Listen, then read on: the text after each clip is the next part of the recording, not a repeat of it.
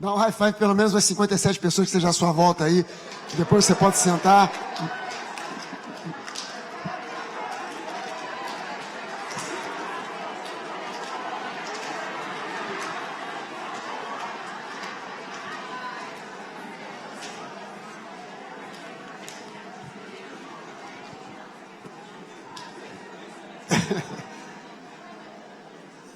Só para eu não esquecer aqui, além de vir junto com a Denise, eu vim com outro cara lá da igreja que é uma espécie de um secretário meu, que é o Guto. Cadê o Guto? Eu não estou vendo ele. Tá onde? Ô Guto, cadê você? Pô, eu trago o cara justamente para ele dizer amém ao que eu falo, e o camarada não está aqui presente, pô. Eu sempre levo alguém quando eu vou pregar em alguma igreja diferente, porque se ninguém mais disser amém, o cara que eu levo tem que dizer, né? E ele cuida de um monte de coisas de agenda e tal, e ele é o cara que fica correndo atrás para publicar os meus livros, né? E ele sempre faz questão de levar para onde eu vou. E aí ele trouxe aqui os dois livros que a gente escreveu. Já tem um terceiro que está sendo preparado para ser editado. Esse aqui, que foi o primeiro, o Sua Nova Identidade, ele foi publicado de uma forma bem caseira. Foi uma edição de 5.000 livros que a gente fez pela própria igreja. Já quase que está terminando essa primeira edição, que já é um recorde em termos de livro no Brasil, já é um recorde, 5.000 livros vendidos. Mas agora ele vai ser editado pela Belo, que é a mesma editora que edita os livros do Joseph Prince. Do Joseph Prince eu não tenho certeza, acho que... Mas com certeza do Joseph Prince, da Joyce Myers, do Joel Osteen, e o único brasileiro que tem na lista da Belo sou eu, por enquanto, né? Vamos ver se eu consigo botar o Elinho nessa fita aí. E esse livro aqui, ele fala exatamente sobre a sua identidade em Cristo, que é uma coisa que, por incrível que pareça, a gente ensina há mais de 30 anos sobre isso, e até hoje, na maioria das igrejas, as pessoas não sabem quem elas são de fato, quem elas se tornaram em Cristo. Elas continuam olhando para a carteira de identidade, vendo aquela cara velha, vendo as coisas do passado, pensando ainda nas mágoas, nos problemas de quando eu era criança, e que eu sofri isso, e aquilo outro. E isso faz com que a pessoa não consiga viver aquilo que Deus planejou para a vida dela, para o dia de hoje, porque ela não conhece quem ela é. E o segundo livro é esse aqui, O Vencedor ou Vítima, que é bem mais fino, é mais fácil de ler, mais rápido, em um dia você lê esse livro aqui, Vencedor ou Vítima, que nasceu de uma inspiração. Eu fui pregar uma mensagem e acabou ficando com esse título aqui, foi uma série que acabou ficando com esse título aqui, porque eu comecei Deus começou a chamar a minha atenção desse complexo de vira-lata que o brasileiro continua tendo. O brasileiro continua tendo complexo de vira-lata. Tudo lá fora é melhor. A gente só é melhor no futebol. E quando a gente perde um jogo no futebol, tá vendo? Já sabia, porque esse Brasil é uma porcaria mesmo. Tudo é uma droga, tudo é muito ruim. Eu me lembro que quando eu era adolescente, quando a gente procurava comprar tênis, você queria comprar tênis importado. Você, para comprar jeans, era importado. Você, para comprar qualquer coisa, você corria atrás do importado. E se você tivesse dois produtos iguais, e um fosse nacional e o outro fosse estrangeiro, por mais que você provasse que o nacional era melhor em qualidade, em preço, você sempre continuava acreditando que o importado era melhor. E a gente passou a vida inteira com esse complexo de vira-lata. E se você se converte e não entende que em Cristo você agora é mais que vencedor, você vai continuar cultivando uma mentalidade de vítima. E o brasileiro é extremamente estimulado a manter essa mentalidade de vítima. Eu não consigo porque eu nasci no Brasil. Se eu tivesse nascido não sei aonde, a coisa seria diferente. Eu não consigo por causa da minha cor. Se eu fosse mais claro ou se eu fosse mais escuro, eu conseguia. Se eu fosse mais alto, se eu fosse mais baixo, se eu não tivesse esse narigão, seria diferente. Se eu fosse isso ou fosse aquilo. E as pessoas ficam, se eu não morasse num lugar tão pobre, as pessoas ficam sempre dando desculpas para a série de fracassos que ela tem, quando o fracasso não vem de fatores externos, vem de fatores internos. Pobreza não é uma questão exterior, é uma questão interior. Você não se torna rico quando você ganha na loteria, você se torna rico quando você entende no seu interior que em Cristo você hoje é próspero. que ele se fez pobreza na cruz para que você se tornasse rico. Aí você começa a ouvir os críticos, esses pregadores do evangelho da prosperidade. Se há uma coisa que, pelo menos numa coisa eu dou razão a esses caras, o evangelho da prosperidade não existe. O que existe é o evangelho. E o evangelho inclui família abençoada, inclui vida próspera, inclui saúde abençoada. Isso é o evangelho. Isso é o evangelho. Há um pregador por aí que de vez em quando entra na internet para meter um mal em mim, que ele prega o evangelho do sofrimento. Eu não sei onde ele achou isso. Eu estou querendo pegar a Bíblia dele para ler, para saber se a Bíblia dele é igual à minha, porque a minha não fala. Pelo contrário, a minha Bíblia tem um versículo na minha Bíblia, não deve ter na dele, mas tem um versículo na minha Bíblia que é um versículo estranho, esquisito, está num rodapé, quase ninguém lê, quase ninguém sabe. Mas tem um versículo na minha Bíblia que diz que a alegria do Senhor é a nossa força. Então eu não entendi onde ele arrumou esse evangelho do sofrimento. Tem que sofrer. Aquele sofrimento, essa vida é assim mesmo e tal. E o cara nem é velho. Se fosse um velho, né, que aprendeu o evangelho lá na época, lá do D. João Charuto, mas o cara é um garoto novo. O cara é um garoto novo e pregando umas maluquices.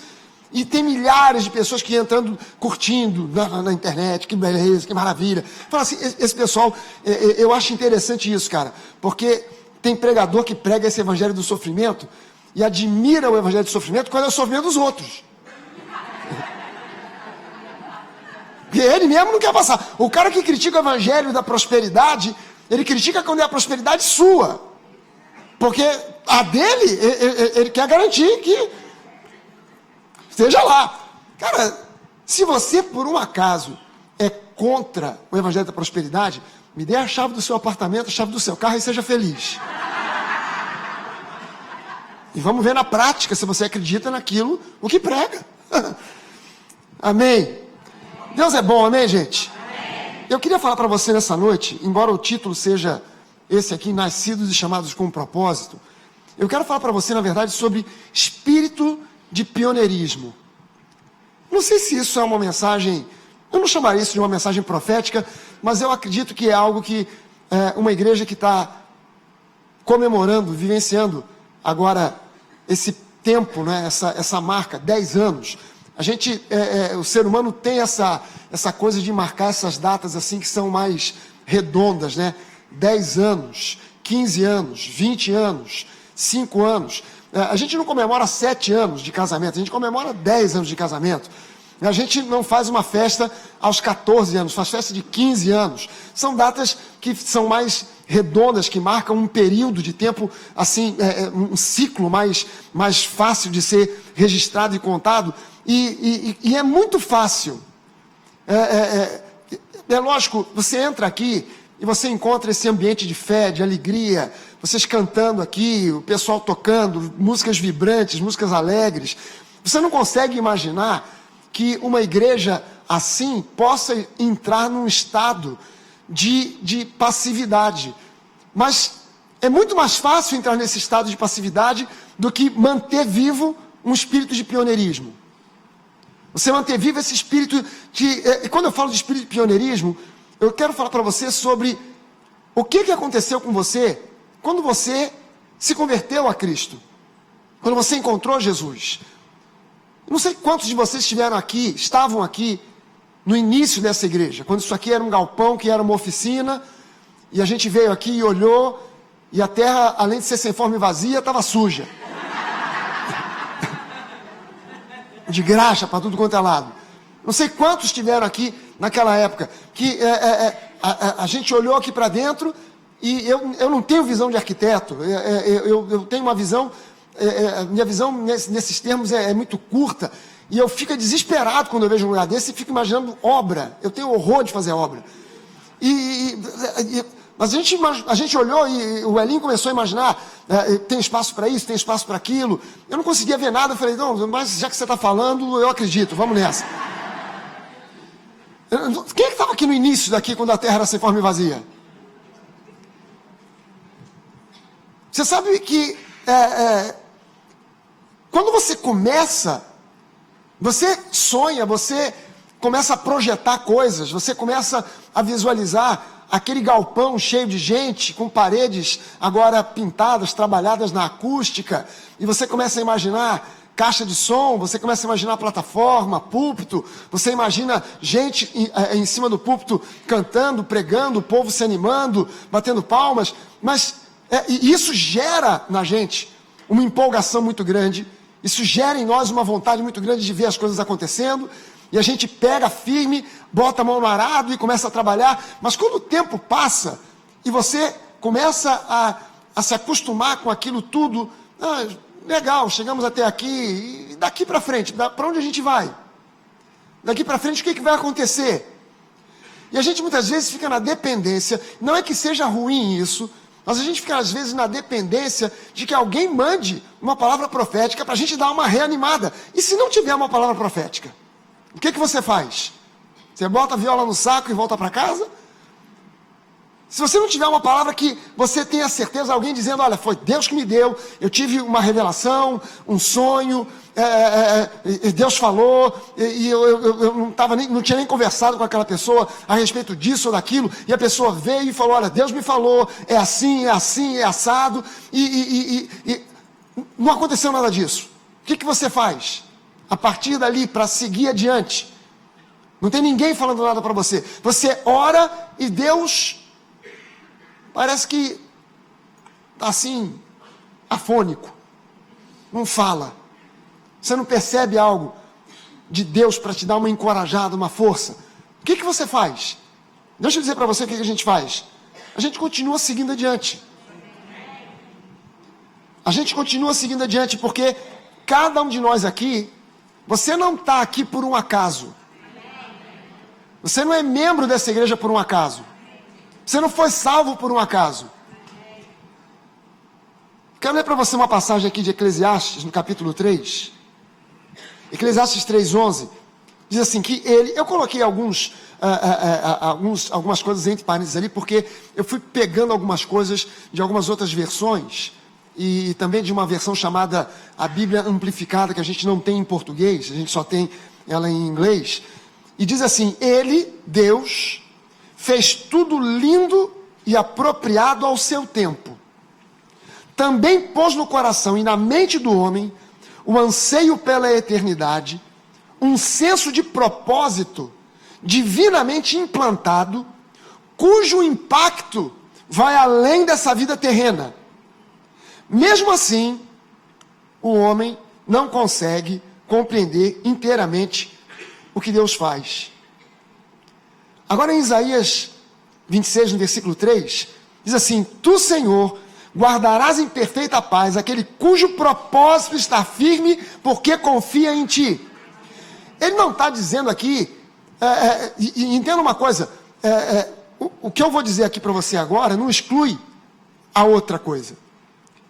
Ele não está dizendo aqui, tu, Senhor, guardarás em perfeita paz aquele que ouviu uma palavra que ele tem certeza que veio do trono da graça, que um profeta trouxe, ele se animou com aquilo, e aí ele está firme e passa a confiar em ti. Não, independente disso, aquele que está firme, que confia, esse aí Deus vai guardar o coração dessa pessoa em perfeita paz.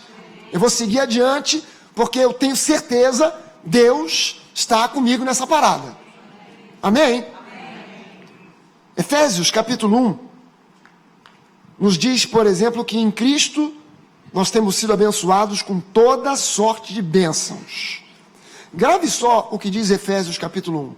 Se for o caso, depois, quando você chegar em casa, dá uma lida só nesse capítulo de Efésios. O verbal aqui fala de algo que acontece de forma contínua. Não algo que já aconteceu, ou que vai acontecer, mas que está acontecendo continuamente. De manhã, de tarde, de noite, segunda, terça, quarta, quinta, sexta, sábado, domingo, janeiro, fevereiro, março, abril, maio, junho, julho, agosto, setembro, outubro, novembro, dezembro, 2010, 2011, 12, 13, 14, 15, 16, 17, 18, 19, 2020, 21, 22, e ele vai continuar fazendo. É algo contínuo. 7 dias por semana. Também nos diz que nós fomos escolhidos nele, mesmo antes da fundação do mundo. Você não foi escolhido porque estava passando pela rua, e aí de repente você passou na porta da Academia da Fé, e Deus disse, eu preciso encher essa igreja aí, vou dar uma força pro Elinho. Vou botar essa pessoa lá para dentro. Bota um anjo ali para dar um tropeção nela. Entrei na igreja. Não, você não está aqui por um acaso. Você não é fruto do acaso. Deus já tinha essa noite aqui, marcada, esse encontro com você aqui, antes da fundação do mundo. Para pensar nisso. Para pensar nisso um pouco. Às vezes você olha para a sua vida e você se acha tão pequeno, tão irrelevante, mas Deus pensou em você antes da fundação do mundo. Quer dizer, você não tinha ainda nem projeto de pai, de mãe, de avô, de avó, bisavô, bisavó. Você não tinha antepassado, você não tinha ninguém, não tinha nem Adão na terra para povoar a terra. E Deus já pensava em você.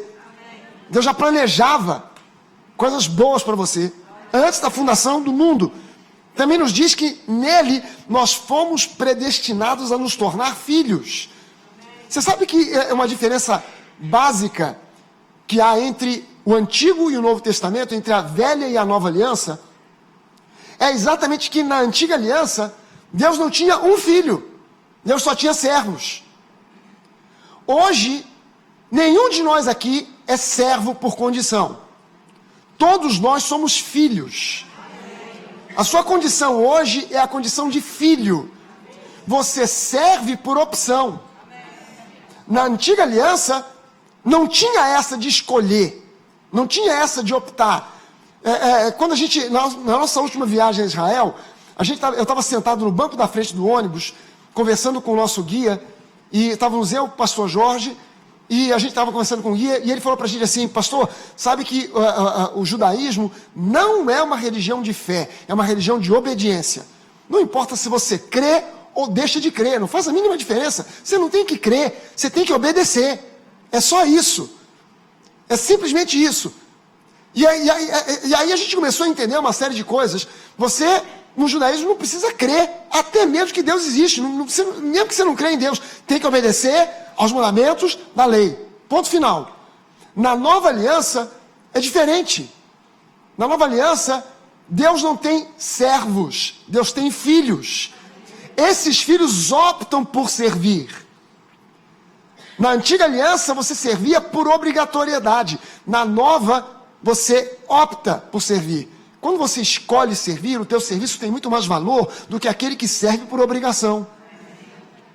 Porque você só escolhe servir, não há ninguém que sirva a não ser por amor. E Deus não aceita nenhum outro tipo de serviço que não seja por amor. Ele nos predestinou para sermos filhos. Segundo Efésios capítulo 1, nós recebemos da sua graça o seu favor imerecido, e recebemos isso gratuitamente, até porque graça é favor imerecido. A gente recebe de graça o favor de Deus. Efésios capítulo 1 também nos diz que, através dessa graça, nós recebemos a redenção, que é o livramento de todo e qualquer tipo de maldição. Eu falo isso aqui em todas as aulas que eu dou, em escola bíblica, e quando eu vou pregar em algum canto. Dizer que algum cristão, nascido de novo, em Cristo, tem algum tipo de maldição na vida, é uma heresia. Não é com H maiúsculo, não, é com todas as letras maiúsculas.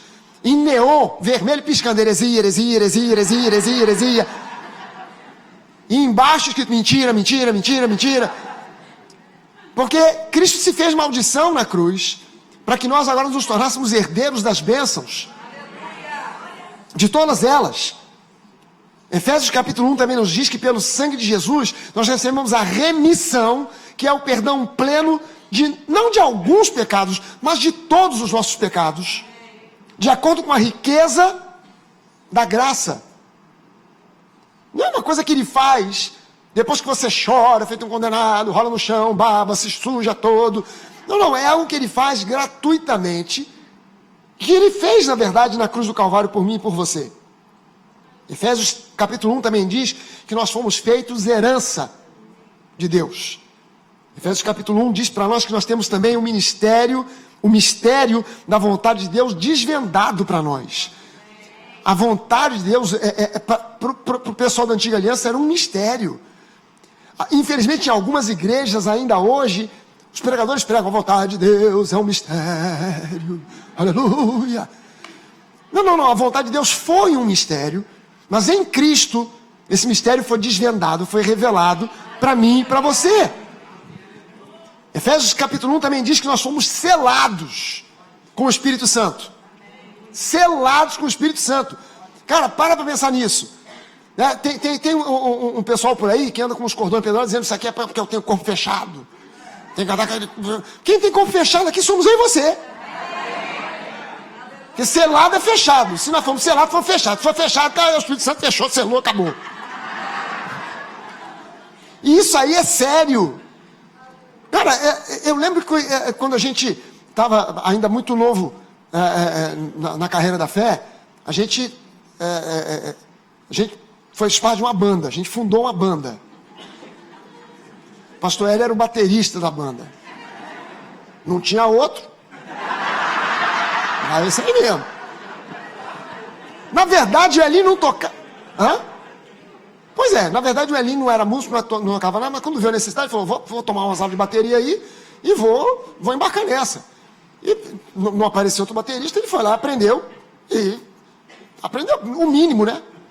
Aquele mínimo, que é chá com pão. Sabe como é que a bateria chá com pão, né? Que é chá com pão, chá com pão, chá com pão. Aprendeu. E fizemos uma banda.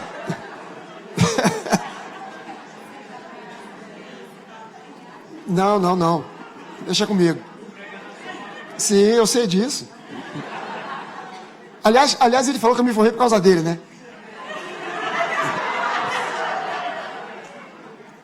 Vou te dizer, rapaz, é muito amor. Você tem que ter muito amor, porque eu me lembro que uma vez nós fomos fazer uma prova de bioquímica. Aquilo, a matéria é o cão chupando manga. E ele não sabia nada. E eu sabia tudo. A gente sentou e ele me pediu cola. Ele sentou na frente, eu sentei atrás. Eu passei a prova toda para ele. Passei tudo. Eu ia tirar, eu sabia que eu ia me dar bem naquela prova. Passei tudo para ele. Mas tinha uma questão que eu não sabia. E era a questão que valia mais. Aí eu passei para ele, quando ele terminou de fazer tudo, ele olhou e falou assim, ih, rapaz, peraí, tem um truque aqui. O cara distribuiu as provas, e as questões são as mesmas, mas está tudo com ordem diferente. A 1 é a 5, a 5 é a 3 é a 7. Eu vou ter que mudar tudo aqui, porque você passou para mim as questões e eu botei as respostas nas questões erradas. Deixa eu consertar aqui. Eu falei, cara, mas aquela questão eu preciso. Deixa eu consertar que depois eu te passo. Aí ele começou a fazer tudo, refazer aquele negócio todo. Quando ele terminou, levantou e saiu. Eu falei, volta, desgraçado, volta. Ele foi, entregou a prova, ficou com a nota maior do que eu, passou direto e ainda fiquei para recuperação.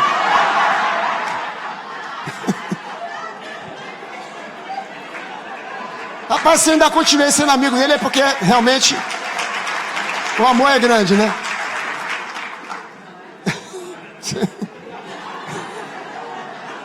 Mas eu estava falando que a gente foi selado com o Espírito Santo. E com a nossa banda a gente saiu para tocar em Caxias. E no que a gente está para pegar a Avenida Brasil, que a gente está subindo o viaduto, o trânsito parou e vem a gente olhou, mas a gente estava dentro de uma Kombi. A Kombi estava lotada de amplificador, caixa de som, a gente tudo socado lá dentro. A gente tentando olhar para ver o que era. E de repente a gente começou a ouvir pá, pá, pá, pá. O que é isso? Naquela época a gente já não estava com o ouvido afinado. Hoje a gente já sabe, né? Mas naquela época a gente ainda não tinha o ouvido muito afinado, porque isso era uma coisa muito comum. Agora é bobagem, agora toda hora. E aí a gente viu, passou um camarada do lado de cada Kombi, correndo, dando tiro para trás. E do lado de cada Kombi passou o policial, veio o policial dando tiro em cima do sujeito. Quer dizer, a Kombi ficou no meio do tiroteio. E a gente querendo se abaixar, mas não tinha como, porque já estava todo mundo socado ali. E olha, a gente é selado pelo Espírito Santo. Não teve uma bala daquela que passou perto da Kombi. Efésios 1 também nos diz que nós nos tornamos propriedade de Deus. E propriedade exclusiva dele. Agora, alguém pode imaginar Você consegue imaginar que Deus tenha capacitado você e eu com tudo isso somente para a gente um dia ir para o céu?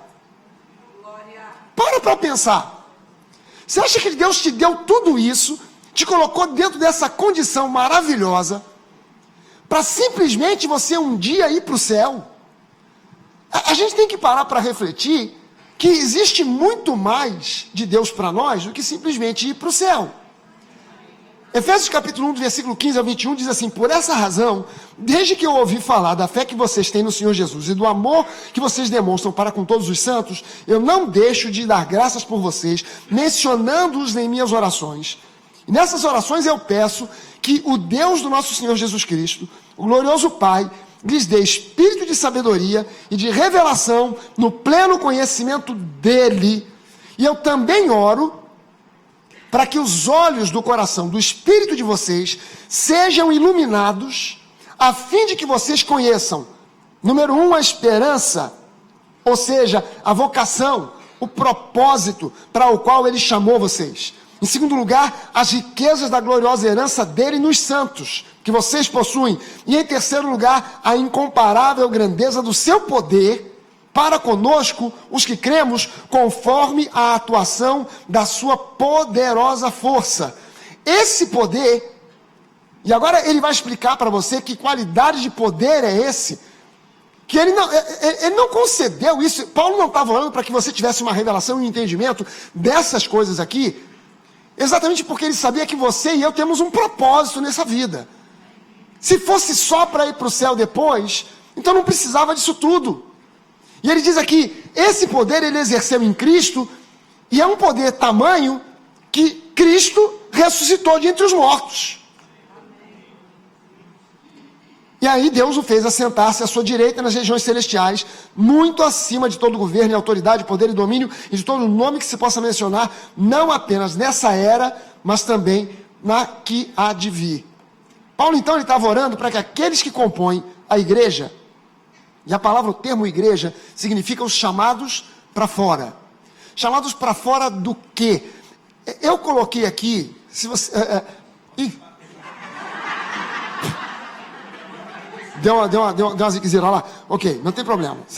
Eu coloquei, daqui a pouco vai aparecer aqui o slide, eu coloquei os chamados para fora do sistema de opressão, de ilusão, de frustração, de decepção e de morte desse mundo. Mas eu quero dizer para você que o termo igreja, chamados para fora, é muito mais do que chamados para fora desse mundo. Chamados para fora, em especial, chamados para fora do sistema religioso desse mundo. Abrir o entendimento para isso traz uma revelação para você do entendimento do aspecto, da característica, do perfil que a igreja possui, que é um perfil revolucionário. A igreja, ela por natureza, ela é revolucionária. Não no sentido político, mas no sentido espiritual. E se você olhar o ministério de Jesus, se você olhar para o ministério dos profetas no Antigo Testamento, em especial para o ministério de Jesus, para o ministério do apóstolo Paulo, para o ministério dos apóstolos depois de Pentecostes, você vai começar a entender que a igreja, ela não foi chamada para ser uma instituição conformada com aquilo que esse mundo quer, deseja e pensa. A grande maioria das igrejas acaba se tornando isso, uma massa informe, amorfa, de gente cumprindo ritos e rituais, satisfeitas em apenas ter ritos e rituais semanais. Mas a igreja ela é muito mais do que isso. A igreja ela foi instituída por Jesus para chacoalhar, abalar esse mundo.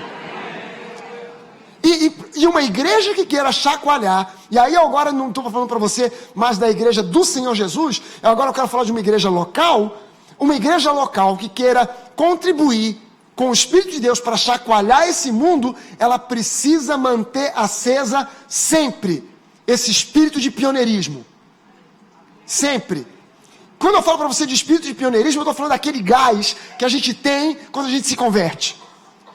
Que você quer converter todo mundo à sua volta. Você quer falar de Jesus para os seus vizinhos, para os seus amigos, para os seus parentes. Se Jesus passar na sua frente, você evangeliza ele. É isso que eu estou falando, que é o espírito de pioneirismo, que não pode se apagar. É quando a gente começa a se conformar demais e achar que tudo isso aqui é muito bom, é muito legal, e mas se a gente para e perde aquele gás inicial, quando a gente estava disposto a meter a marreta na parede para expandir o tamanho da igreja, quando a gente estava disposto a ir para a praça para tocar, montar lá a nossa banda, por mais que ela não fosse mega, hiper profissional, por mais que a gente não tivesse iluminação, não tivesse um PA, um sistema de som e palco, mas a gente estava disposto a ir, porque havia um gás pioneiro no coração. Se você começa a perder isso, você começa a entrar num sistema que agrada ao mundo, que é o sistema de conformidade, de ritos, rituais. A gente vem à igreja para ser quase que amansado. É ao contrário. Na igreja você tem que ficar wild, selvagem, bicho solto. É por isso que as pessoas...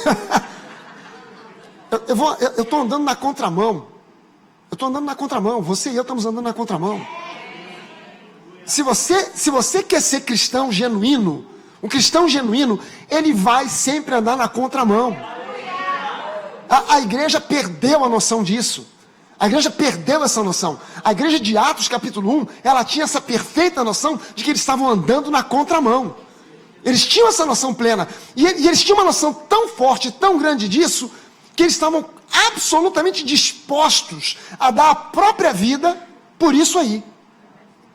Não, pode me prender, pode me torturar, pode me matar, mas eu não vou voltar a andar no fluxo da boiada. Eu vou continuar andando na contramão.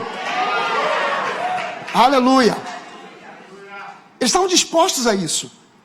E quando a igreja começa a perder o entendimento de que nós não podemos nunca pensar, não, mas a igreja tem já 2.000 anos. Não, a igreja se renova a cada manhã. Com a graça de Deus, com a misericórdia de Deus, com a bondade de Deus, com o amor de Deus, que se renova a cada manhã. A gente precisa também se renovar nesse espírito de pioneirismo. Sabe, que era o espírito que havia em Jesus, que era o espírito que havia no apóstolo Paulo. Caras que estavam dispostos a desbravar um mundo para implantar a igreja do Senhor Jesus. E se você pensa que o trabalho já está feito, cara, nós hoje temos a mesma dificuldade. Guarda isso aqui. Se você pensa que tem muita igreja por aí, deixa eu dizer para você, nós temos hoje a mesma dificuldade, na exata mesma proporção que o apóstolo Paulo tinha para levar o genuíno evangelho aos corações das pessoas. Está lotado de igreja por aí, mas a maioria delas não prega nem a graça, nem a fé. E são essas as duas grandes bases do Novo Testamento. Tudo mais, cura, prosperidade, vida abundante, família abençoada, tudo se constrói em cima dessas grandes bases, graça e fé. Você vai visitar a maioria das igrejas, estão fazendo uma misturada danada de graça com lei. Misturar graça com lei é você misturar água com óleo, não tem como. Parece que as pessoas leem a Bíblia, mas não pensam no que leem. O apóstolo Paulo, ele falando sobre a lei, ele chama a lei de ministério da morte. Como é que eu sei que ele está falando da lei? Porque ele diz, porque o ministério da morte, gravado com letras em pedras. A única coisa na Bíblia inteira que foi gravada em pedra foram os 10 mandamentos, que é o miolo da lei, que é o cerne, a espinha dorsal da lei. É a única coisa. Todo o resto está escrito em papel, papiro ou qualquer outra coisa que valha. A única coisa que foi escrita em pedra, em tábua de pedra, foi a lei. Alguém me mandou um comentário, uma crítica, sei lá, num domingo desse aí, falando, não, mas a lei, porque não sei o quê, não podemos deixar a lei, não podemos deixar a lei. Esse é o problema, o pessoal pensa assim, não podemos deixar a lei. O apóstolo Paulo chama a lei de ministério da morte. Quer dizer, aí o cara ainda perguntava assim, mas quer dizer, então que agora pode matar pai e mãe? Quer dizer, agora que não precisa mais honrar pai e mãe? Quer dizer, cara, tu está confundindo o valor moral da lei com o valor espiritual que ela tem. É óbvio que ainda hoje você tem que honrar pai e mãe. É óbvio que ainda hoje você não deve matar. É lógico que ainda hoje você não deve defraudar. Só que a Bíblia diz para nós em Romanos 8, no versículo 1, que nós estávamos, capítulo 7 vem dizendo que nós estávamos sujeitos à lei. Mas agora no capítulo 8, no versículo 1, diz que nós agora estamos debaixo de uma outra lei, que é a lei do Espírito da vida. E que debaixo dessa nova lei, a lei que predomina hoje para nós não é a lei mosaica, não são os mandamentos, é a lei do amor. E o apóstolo João chega a dizer para nós que quem ama cumpre toda a lei. Óbvio, porque quem ama não mata, quem ama honra pai e mãe, quem ama não adultera, quem ama cumpre aquilo que a lei preconizava, que as pessoas tinham que fazer como um fardo. Para mim não é fardo algum amar. Na antiga aliança era. A gente mudou de aliança. A Paulo agora então ele orava para que aqueles que compõem a igreja, esses chamados para fora, recebam um espírito de sabedoria e de revelação para reconhecer quem Deus realmente é. São as duas coisas que o cristão precisa conhecer. Primeiro, quem Deus de verdade realmente é. E em segundo lugar, quem nós realmente somos em Cristo agora. Isso é o que gera olhos espirituais iluminados, para que, em primeiro lugar, a gente reconheça a nossa chamada e o nosso propósito. Em segundo lugar, para que a gente compreenda a dimensão plena da nossa herança em Cristo. E em terceiro lugar, para que a gente consiga enxergar qual é a grandeza, a dimensão do poder que está disponível para todo aquele que crê.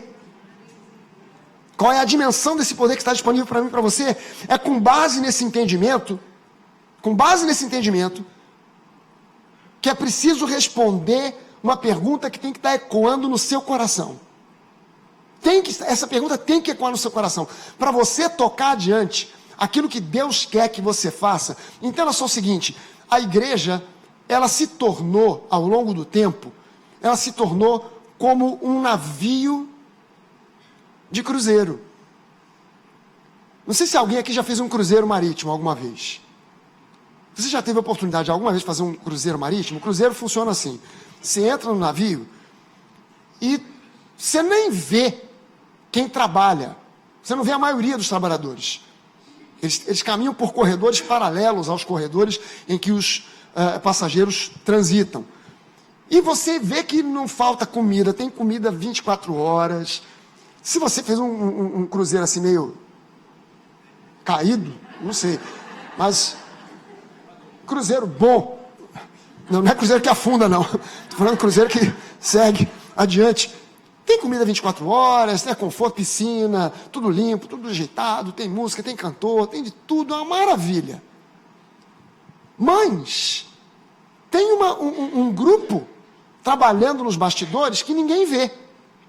A maioria está ali para se divertir. A igreja se tornou como um navio de cruzeiro. A maioria embarcou e está só curtindo a viagem. E tem uma meia dúzia que trabalha feito uns doidos para carregar piano para lá e para cá. Quando, na verdade, a igreja precisava ser como um navio de guerra. Um navio de guerra, eu não sei se tem alguém aqui que é da Marinha, mas um navio de guerra, um dos meus pastores lá na Barra foi comandante da Marinha. E eu perguntei para ele, eu nem precisava perguntar, porque eu fui oficial do Exército, e eu sei disso, num navio de guerra, ninguém, você já imaginou o marinheiro num navio de guerra, subir para o deck do navio, de sunga, com a toalha branca pendurada no pescoço, sandália havaiana, se deitar para tomar um bronze? Você consegue imaginar isso? Pode estar o calor que for, ele está de uniforme, pode estar fazendo o sol mais lindo, ele está pronto para entrar em ação, porque um navio de guerra não é um navio para ninguém ficar curtindo o sol, é um navio que tem uma missão. A igreja precisava ser como um navio de guerra.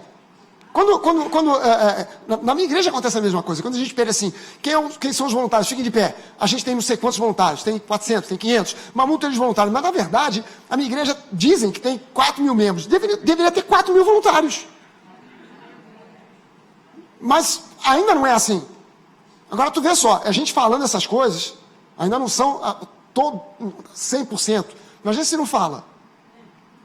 Imagina se você deixa passar batido.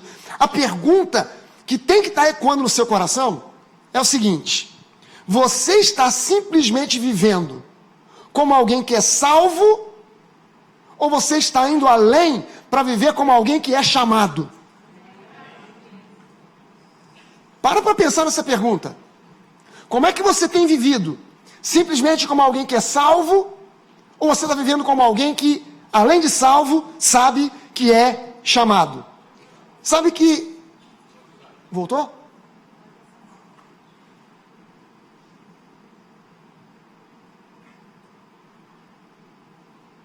Chegou. Filipenses, capítulo 2, versículo 13, diz assim, que é Deus quem efetua em vocês tanto o querer, quanto o realizar, de acordo com a boa vontade dEle. Quer dizer, Ele coloca no seu coração o sonho, o propósito, o plano, e depois Ele mesmo te dá as condições para que esse sonho se concretize. Quando você começa a pensar, mas isso é coisa da minha cabeça. A gente está pensando numa igreja, um espaço para sentar não sei quantas mil pessoas. Ih, cara, está sonhando demais. Não é assim não. Está pensando que é mole? Não é assim não. Difícil. É verdade. Botar meu pé no chão, voltar para a realidade. Quem foi que disse para você que você foi chamado para viver de acordo com a realidade que se vê? Se depender da realidade que se vê, você vai viver de um salário desse tamaninho, tomando remédio para tudo. Seu casamento, se não for por divórcio, vai chegar num ponto, assim, daquela coisa... Bom dia. Bom dia. Boa noite. Quem é? A vizinha? Não, minha esposa. Aleluia. E aí, rapaz, quantos anos de casamento? Estamos comemorando hoje, 30 anos de casamento. E aí, vai ter festa? Não. Mas você não tem um jantar? Não. Estamos comendo aqui um pão com ovo. Vai comemorar o quê? Se depender da realidade que se vê, você vai viver brigando com outras pessoas por causa de Lula, de Bolsonaro. Eu quero que se exploda todo mundo, pô. Pelo amor de Deus.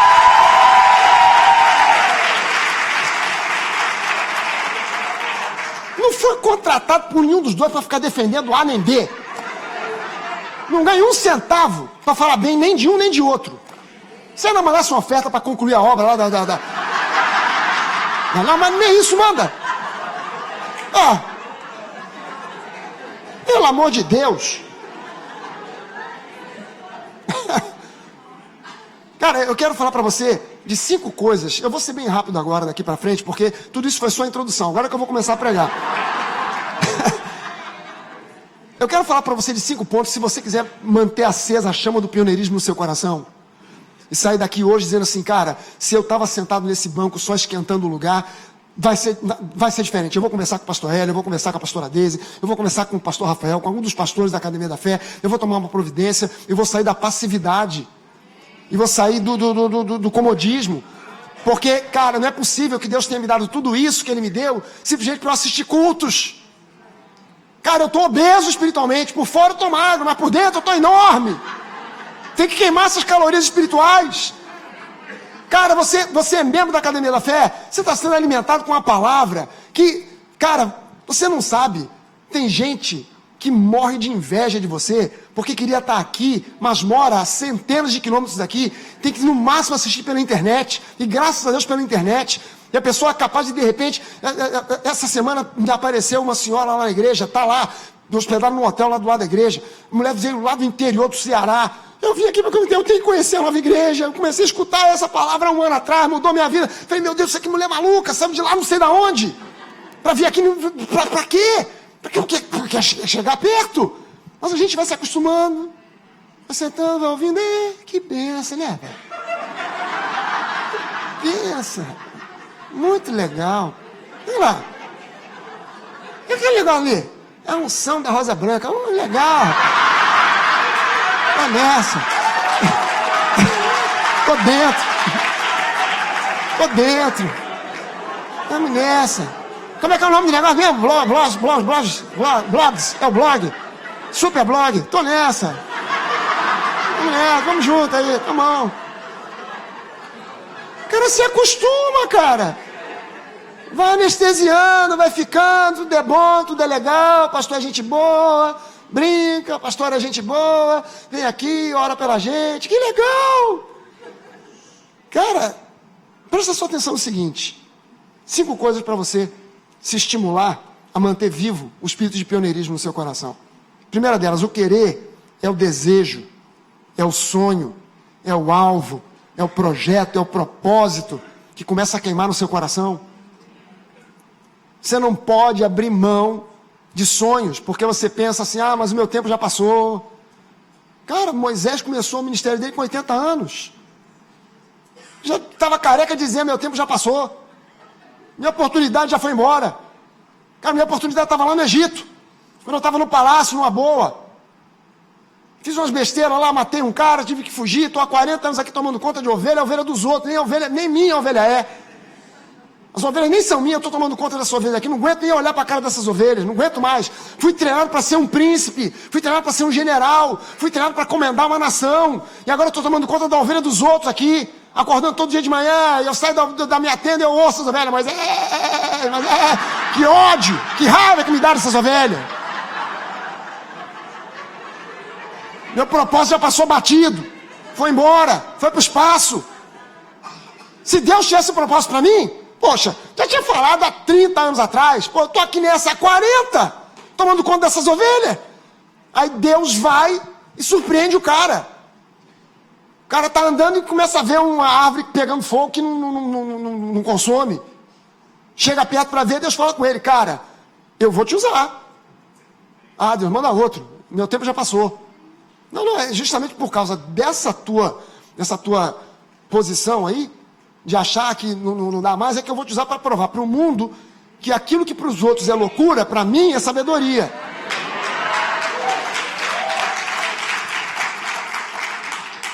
Sabe, no Moisés, no início Moisés não conseguia se ver como libertador do povo de Israel, daquela escravidão. Mas foi para esse propósito que ele nasceu.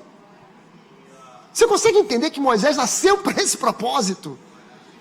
Não é que ele se tornou algo quando ele viu aquele arbusto queimando, não.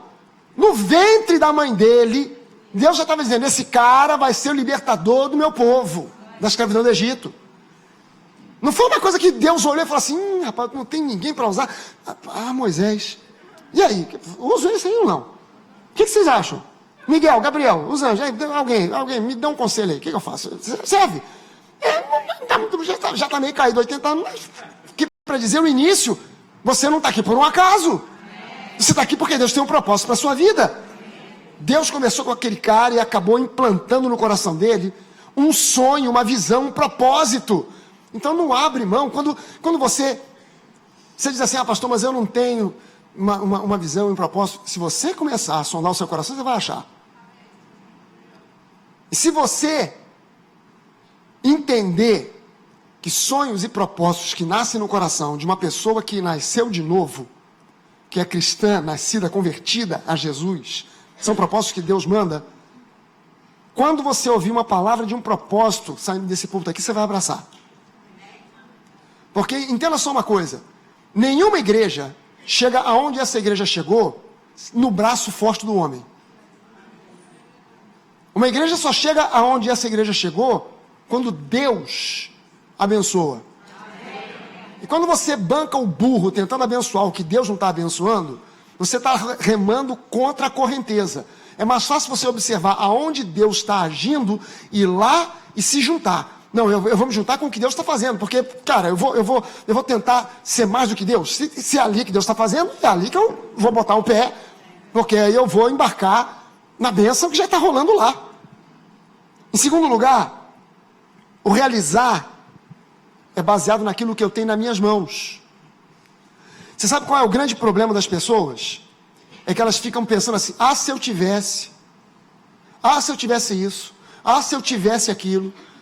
Cara, a igreja de Corinto passou por uma situação em que a igreja de Jerusalém estava passando por um sufoco danado por causa da perseguição.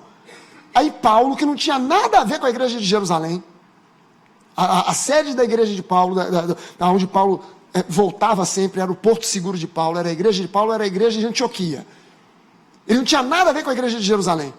Mas ele viu o sufoco da igreja de Jerusalém, ele se comunicou com todas as igrejas que estavam debaixo da autoridade dele e pediu que elas enviassem uma oferta para Jerusalém. Todas se dispuseram a enviar. Corinto também, mas não mandou. Depois de um ano, Paulo escreve para ele dizendo, cara, aquela oferta que vocês falaram, vocês se propuseram a mandar, já se passou um ano e vocês não fizeram. Vocês estão com medo de quê? Não fiquem com medo, porque o dinheiro de vocês, essa oferta, quando Deus vê, ele vê semente.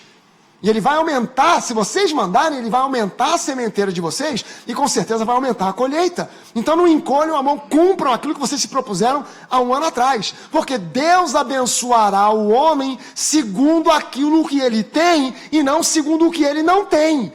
Então a igreja fica, mas se a gente tivesse mais dinheiro, a gente mandava. A gente acabava com um problema lá de Jerusalém. Eu estou cansado de gente chega para mim, pastor, se eu tivesse... se eu tivesse essa grana toda, mas eu botava lá, a gente já tinha uma igreja. Eu falei, cara, mas eu não estou preocupado se você tivesse, porque você não tem.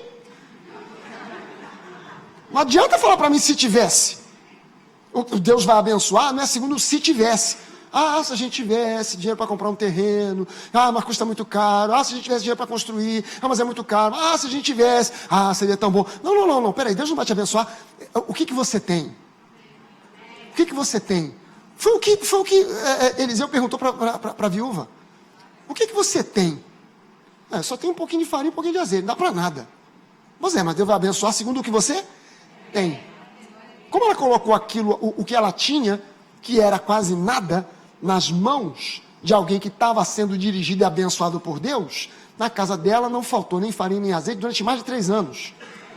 O povo da cidade fazia fila na casa daquela viúva para pegar mantimento, porque era o único lugar de onde saía alguma coisa. Quando Moisés apresentou as suas impossibilidades, dificuldades naturais para ser o agente de Deus para libertar o povo de Israel, Deus perguntou a ele só o seguinte: o que é isso que você tem na mão? O que você tem na mão? Deus, é só um cajado. Isso aqui, quer dizer, no máximo eu posso dar uma paulada na cabeça do egípcio e depois acabou. É só um cajado que eu tenho. Mas foi com aquele simples cajado que Moisés realizou milagres, desde o menor, que foi o cajado se tornando uma serpente, depois virando cajado novamente, até o mais grandioso e incrível de todos, que foi a abertura do Mar Vermelho. Foi justamente com aquele cajado. Em terceiro lugar, tanto para o querer como para o realizar, eu tenho a meu dispor, você tem a seu dispor a sua chamada, a sua herança e o poder sobrenatural de Deus. Então não se intimide, porque você pensa que o sonho é muito grande. Não se intimide com isso, porque na verdade você tem a seu dispor a chamada que Deus já fez para a sua vida, uma herança que é infinitamente grande, impossível de ser esgotada, e o poder sobrenatural de Deus. Você pode levantar uma das suas mãos e dizer isso: eu tenho a meu dispor uma herança, uma chamada e o poder de Deus. Aleluia. Será que você pode dizer para você que está do seu lado mesmo, você pode muito mais do que você pensa ou imagina? Você pode ir muito mais longe. Você pode ir muito mais distante do que você já foi. Você pode chegar muito mais longe, muito mais alto do que você já chegou. Você não tem a mínima ideia de onde Deus pode te levar. Você não faz a mínima ideia de onde Deus pode te levar. Deus pode te levar muito mais longe, muito mais distante, muito mais alto do que aquilo que você chegou. E ainda que você diga: pastor, mas eu já tenho tudo, eu tenho empresas, eu tenho casas. Pois é, Deus planejou para você o triplo do que você tem hoje. E você vai se conformar com o que você tem? Então é só o seguinte: se você tem muito, que bom. Por que Deus te deu muito? Não é para você poder viajar para os Estados Unidos ou para a Europa todo ano. Isso é só uma consequência. Isso é só o rabicho do foguete. Na cabeça do foguete está o propósito de você ser um financiador do reino de Deus. Qual é o propósito da prosperidade? É isso que os críticos não entendem. Qual é o propósito da prosperidade? O propósito da prosperidade não é o sujeito ter casa de campo, casa de praia, barco, carro luxuoso, Ferrari. Isso aí é subproduto da prosperidade. O propósito número 1 de Deus fazer os seus filhos prosperar é para que nós sejamos ricos. Não, Deus não fala que você vai ter o suficiente. Ele diz que você faz, que Jesus se fez pobre para que você se tornasse rico. E Ele faz isso com um único objetivo, que você se torne um edificador, um construtor, um abençoador do reino. Se você prospera e depois de prosperar encolhe a mão, você perdeu o propósito. Você perdeu o propósito por completo. Você virou, ou talvez você nunca tenha entendido, que a visão de prosperidade cristã não se baseia no materialismo. As pessoas no mundo querem prosperar simplesmente para ter status, conforto, coisas que até são lícitas. Não, eu quero oferecer para os meus filhos a melhor escola, eu quero oferecer para a minha família a melhor casa, eu quero oferecer para o pessoal da minha família o conforto de poder andar num bom carro, de ter de repente férias na Disney, qualquer coisa semelhante, mas a pessoa não entende que isso é apenas um subproduto, isso é uma consequência, isso vem a reboque. Busque o reino de Deus em primeiro lugar e essas outras coisas vão sendo acrescentadas. O propósito número 1 de Deus te fazer próspero é você ser um financiador do reino de Deus. Eu não digo isso na minha igreja, mas vou dizer aqui. Agora eu vou dizer. Eu não ia falar, mas agora eu vou falar. Deus, de repente, há pessoas que chegam na igreja com absolutamente nada. Chegam pobre de maré de si. Eu me lembro que eu cantava essa... Não tinha uma música assim, uma canção de criança, uma cantiga de criança? Eu sou pobre de maré. Quer dizer, pobre de maré de si é o pior estado de pobreza que pode haver. Né? Porque eu sou pobre de marcha ré de si. É o fundo do poço. Pessoa chega na igreja nessa condição. Deus faz a pessoa prosperar. Se torna um empresário, uma empresária. Começa a ganhar dinheiro, começa a ganhar muita grana. A pessoa até se torna dizimista e ofertante. Você consegue entender que a Bíblia, quando fala sobre dízimos e ofertas, fala que nós devemos dizimar para Deus de tudo que vem na nossa mão? Isso significa que, além dos impostos que você paga para o governo, você deveria dizimar da sua empresa para Deus. Não tem muito amém, porque o pessoal já até engoliu meio seco.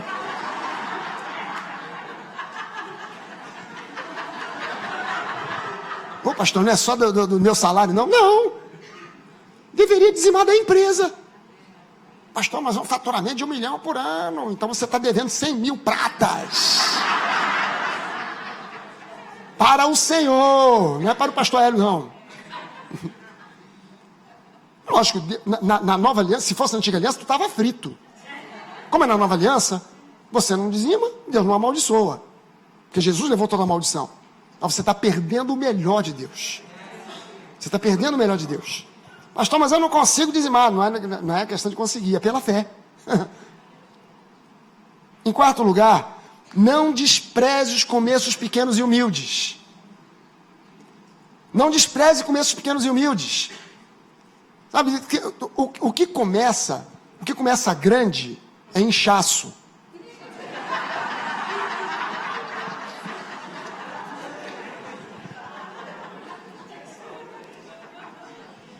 Todo ser humano saudável nasce desse tamanho. E depois vai crescendo até se tornar um corpo plenamente formado na sua maturidade. Até Jesus nasceu assim. É preciso que a gente entenda que desprezar os pequenos começos é fácil. Ninguém dá bola quando você está começando uma coisa pequena, é uma empresa, é uma igreja, não importa o que. As pessoas olham, depois que você está prosperando, aí todo mundo quer ser seu sócio, seu amigo, seu vizinho. Eu sou seu parente, hein?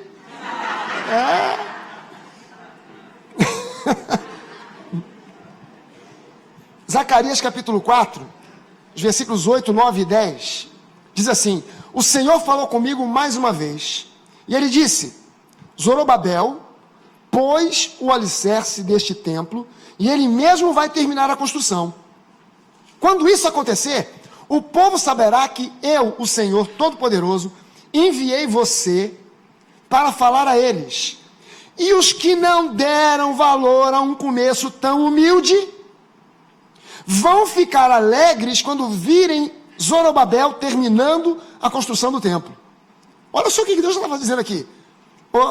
Zacarias, dá o seguinte recado lá para o pessoal. Quem está vendo Zorobabel reconstruir o templo, que era o templo de Jerusalém que tinha sido arrasado.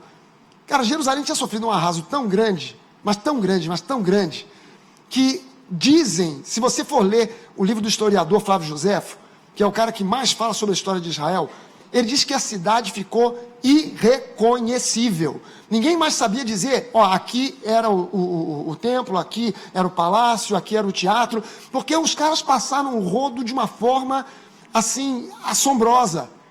E Zorobabel volta do cativeiro da Babilônia para reconstruir o templo, depois Neemias para reconstruir os muros, Esdras para repassar com o pessoal novamente, ensinar novamente a lei. E quando o pessoal começou a ver Zorobabel construindo, o cara sozinho, com uma meia dúzia de 3 ou 4 construindo, não construiu aquele templo que eles haviam conhecido, o templo de Salomão, que era um templo grande, suntuoso, bonito, todo coberto de ouro, prata, bronze, um templo com pé direito altíssimo. Eles viram um cara construindo um negócio que era completamente humilde. Eles olharam e começaram, isso aí não vai dar nada. Mas aí Deus manda um recado através de Zacarias, dizendo, pode dizer para esse povo, que quando esse pessoal vir o que o Zorobabel está fazendo, eles vão...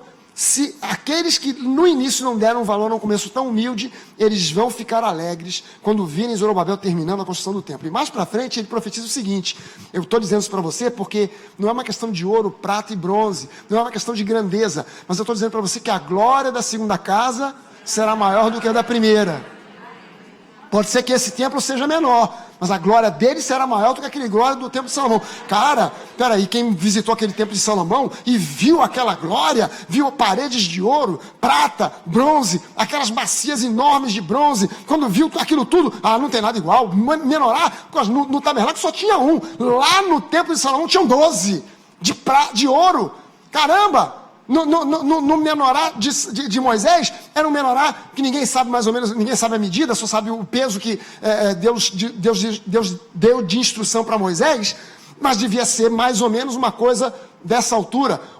Os menorás, já no templo de Salomão, eram 12, e cada um deles quase que chegava perto desse teto aqui. Caramba, quem viu aquilo, agora está vendo esse templinho aqui de Zorobabel? Mas a glória desse... por incrível que pareça, vai ser maior do que a glória daquele. É lógico que isso profeticamente fala de Jesus, da nova criação, fala numa comparação da glória que a lei teve e agora a glória da graça que é muito maior, mas literalmente Deus estava dizendo, a glória desse pequeno templo será maior do que aquele. Então não despreze os pequenos começos. E em quinto lugar, para a gente fechar, não despreze os grandes sonhos. Não despreze os pequenos começos, mas não despreze os grandes sonhos. Sabe, a gente estava conversando antes de descer aqui, e o pastor Hélio estava falando comigo sobre os projetos, os sonhos que estão brotando no coração dele, para o futuro da igreja, para o futuro da Academia da Fé. Não sei se ele já comentou sobre isso com mais alguém. Às vezes a gente evita de comentar dos nossos sonhos com certas pessoas, porque a gente já sabe que aquelas pessoas são matadores de fé. Que se você começar a contar seus sonhos, está sonhando muito alto. Quem é você para pensar assim? Quem é você para imaginar uma coisa dessa, para sonhar uma coisa dessa? Bota o pé de novo na terra, você está voando demais. Está ouvindo demais esse pastor aí, hein? Cuidado. Não despreze os grandes sonhos. Lembre-se que quem coloca o sonho no coração da nova criatura, não é o diabo, é Deus. Se você é uma nova criatura aqui, diga amém. Cara, quem coloca sonho no coração da nova criação, é o próprio Deus. Em geral, a base para a gente desprezar os grandes sonhos é exatamente o que inicialmente a gente tem nas mãos. Que nos parece completamente insuficiente, completamente inadequado. Agora, saiba do seguinte, os sonhos e propósitos que Deus planta no seu coração serão sempre, sempre, sempre imensamente maiores do que os recursos disponíveis. Deus nunca, vou enfatizar essa palavra, hein? Deus nunca Se você não entendeu bem o português, Deus nunca vai te dar um sonho que esteja dentro das suas possibilidades. Nunca. E sabe por quê? Porque se ele te der um sonho que está dentro da sua possibilidade, quando você terminar, você fala assim, graças a Deus. Olha, vai dizer assim, caramba, se não fosse Deus, se não fosse a graça, se não fosse a bondade, se não fosse Deus fazer um milagre, isso aqui não tinha acontecido. Aleluia! Cara, eu estou vivendo isso todo santo dia, a cada semana. Essa semana, a gente tinha uma despesa para pagar da obra lá da nova igreja. A gente tinha uma despesa de 600 mil reais, só para a semana. Só para essa semana. Eu nunca vi tanto dinheiro assim na vida. Você acredita que hoje, sexta-feira, tudo que a gente tinha que pagar está pago? Eu nunca vi tanto dinheiro entrar naquela conta daquela igreja. Mas também nunca vi tanto dinheiro sair. Não adianta nada, entra um montão e sai um montão. Então fica no 0 a 0. Mas, olhando no natural, cara, a única pessoa que quando a gente começou a meter o pé naquela terra e dizendo vai dar certo, uma das poucas pessoas que dizia 100% vai dar certo era eu. Porque até os pastores ficaram assim, rapaz, vai dar certo, não será? Oh, aleluia, oh, Jesus, tem misericórdia, meu Pai, estamos orando, Senhor, quebra toda maldição, leva água, sai, capeta, oh, meu Deus. E eu estava tranquilo lá, sabendo, não, peraí, esse propósito aqui não é meu, é de Deus. Pastor, mas essa semana vai faltar. Parece que vai. Até parece que vai. E se faltar, pastor? A gente manda parar, e fica esperando Deus mandar o recurso. Simples assim. Chega lá pro pessoal da obra e diz assim, galera, ó, a fonte secou. Hoje ninguém trabalha. Férias para todo mundo aí. Vai tomar uma coca, beber uma água, vai passear com a esposa, porque hoje não tem trabalho, porque vão parar. Até hoje não precisou parar. Mas quando você começa a desprezar os sonhos e propósitos que Deus planta no seu coração, simplesmente porque eles são maiores do que os recursos disponíveis, não tem como agora Deus trabalhar, porque você desprezou a matéria-prima, que é o sonho que Ele colocou no seu coração. Matéria-prima para Deus realizar não é o dinheiro. Matéria-prima para Deus realizar não é a terra. Matéria-prima para Deus realizar não é a coisa palpável, é o sonho que Ele coloca no teu coração. Isso é com isso que Ele trabalha. O grande segredo está naquilo que Jesus disse em Mateus 25, 21. Muito bem, servo bom e fiel, você foi fiel no pouco, então eu vou te colocar sobre o muito. Venha e participe da alegria do seu Senhor. Você está entendendo o que Jesus está dizendo aqui? Você é fiel no pouco, e é Ele que vai te dando o progresso para você chegar para patamares mais elevados, mais altos, maiores. Deus não consegue colocar em patamares mais altos quem fica num canto gemendo, se eu tivesse, se eu pudesse, se eu tivesse essa grana. Eu também penso isso, se eu tivesse essa grana toda aí, tanta gente aí que pegou dinheiro aí de corrupção, fez e aconteceu, se essa grana estivesse na minha mão. Mas eu ia fazer acontecer. Caramba, eu fico ouvindo aí bilhões que o camarada botou, sabe lá Deus aonde. Se tivesse na minha mão só 20 milhõezinhos, já dava para construir, comprar um terreno lá na Barra da Tijuca, fazer acontecer. Eu também penso, se eu tivesse. Mas se eu ficar amarrado nisso, tô frito, vou viver só, se eu tivesse. Porque quando você fala, se eu tivesse, na hora, você imagina, depois você cai na real, mas eu não tenho. Aí o balão murcha. Então eu não posso ficar agora, se eu tivesse, se eu tivesse, se eu pudesse, se eu for... Não, peraí, o que eu tenho? O que eu tenho na minha mão? O que eu sou? Qual é o talento que eu tenho? O pastor falou de servir. O que eu tenho? Eu não sou ninguém, eu não tenho diploma, eu não sou... Como é que eu vou trabalhar com as crianças? Porque eu não sou uma pessoa de didática, eu não tenho diploma de professor, eu não fiz faculdade disso ou daquilo. Como é que eu vou ajudar? O pastor, se eu não tenho... eu gostaria de tocar, mas eu nunca fiz escola de música, não sei tocar nem teclado, nem violão, nem nada, não sei cantar. Peraí, todo mundo tem algum talento. Todo mundo tem.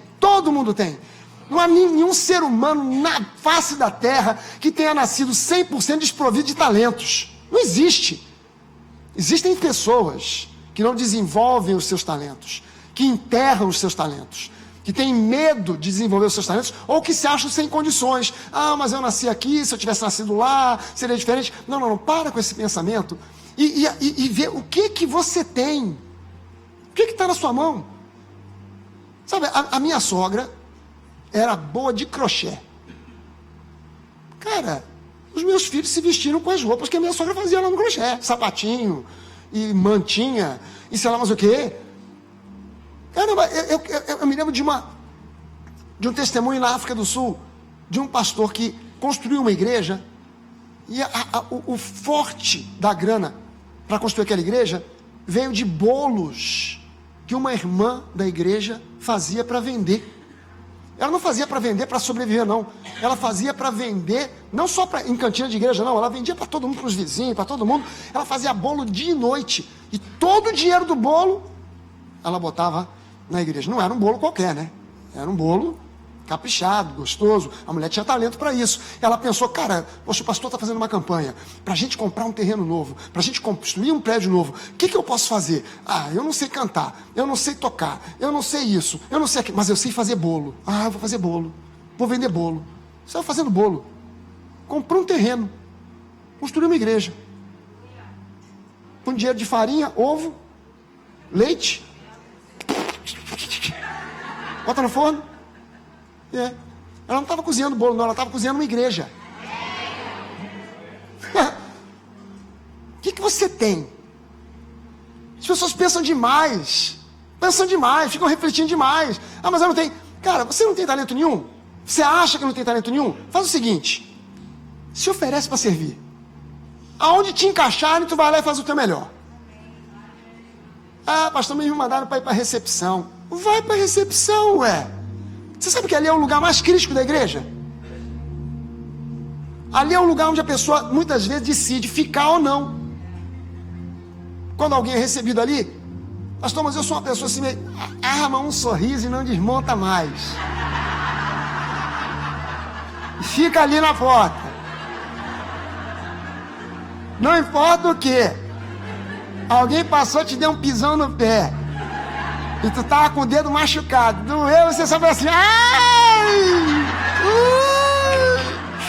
Doeu pra caramba! Aleluia! Bom dia, seja bem-vindo, que bom! Você acha que todo domingo, para pra pensar, você acha que todo domingo, quando o pastor Eli sobe aqui para pregar, você acha que todo domingo ele tá assim, feliz da vida, bem demais, tá tudo 100%? Você acha que o camarada não tem de vez em quando também lá suas ziqueziras lá? E que de repente a vontade de subir aqui e dizer assim, gente, abra sua Bíblia aí no Salmo, sei lá, qual não, abre aí, vamos ler. Tá, em nome de Jesus, vamos ler aqui um versículo. Hoje eu não tô bom não, hein? Abre aí, ó, não abriu a Bíblia por quê aí? Tá demorando, pô, vamos lá, vamos ler. Aleluia, o Senhor é bom, sua misericórdia dura para sempre, glória a Deus. Amém, quem concorda, diga amém. Por que não falou amém? A vontade do cara às vezes é essa.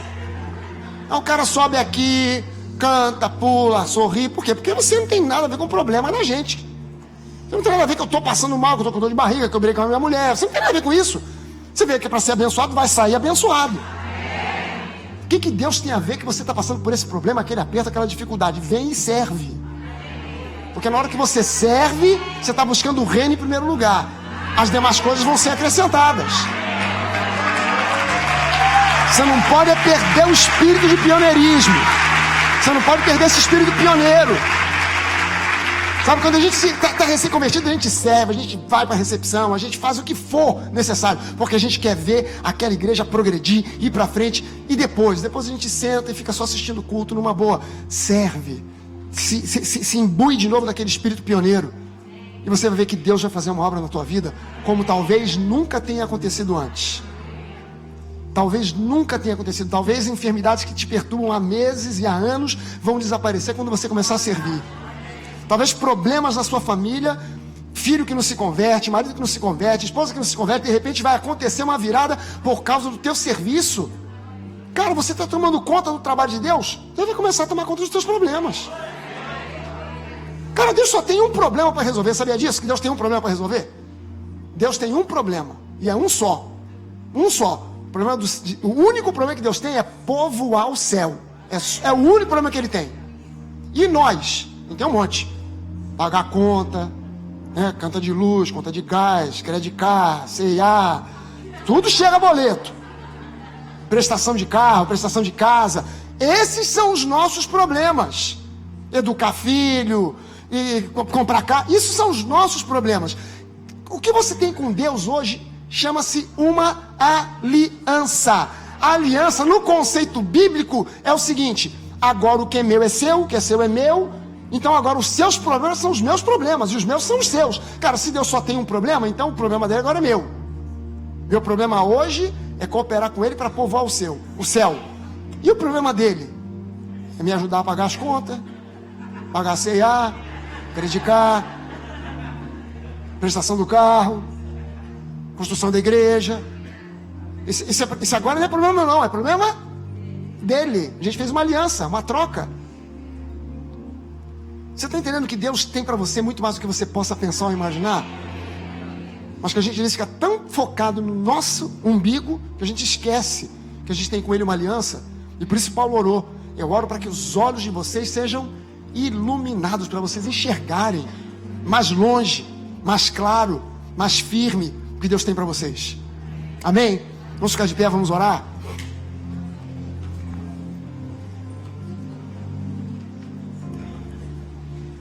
Aleluia.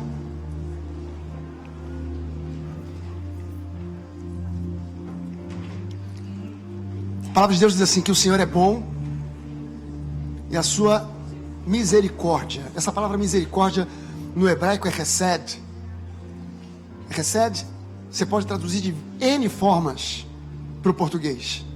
Hesed significa misericórdia, bondade, fidelidade, benignidade, amor, graça. Porque o Senhor é bom e a sua misericórdia dura para sempre. Porque o Senhor é bom e a sua bondade, a sua benignidade, o seu amor, a sua graça, ela dura para sempre. Amém? Curva a sua cabeça. Coloca a sua mão sobre o seu coração. Uma das suas mãos sobre o seu coração. E deixe Deus plantar no seu coração uma semente nova, que possa germinar um entusiasmo novo pela casa de Deus, pela obra de Deus, por aquilo que Deus te chamou para fazer. Sabe, Deus não tem apenas um propósito para mim e para a sua vida. Deus de repente tem propósitos que estão ligados exclusivamente à sua vida financeira, outros que estão ligados à sua família, outros que estão ligados a tantas outras coisas da sua vida privada e particular. Mas o propósito número 1 que Ele tem para você está associado com a questão do reino de Deus. Todos nós nascemos para servir a Cristo. Todo ser humano nasce para servir a Cristo. Nem todo mundo encontra esse propósito, mas todo ser humano nasceu com esse propósito. Foi colocado sobre a face da terra com o propósito número 1 de servir a causa de Cristo.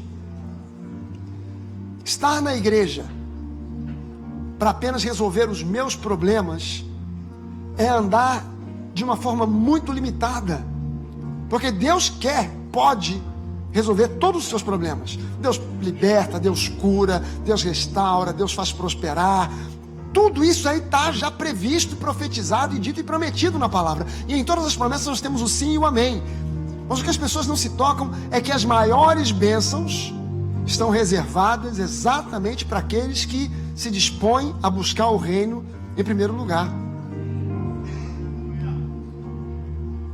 O que você faz para o reino sempre tem repercussão para a eternidade.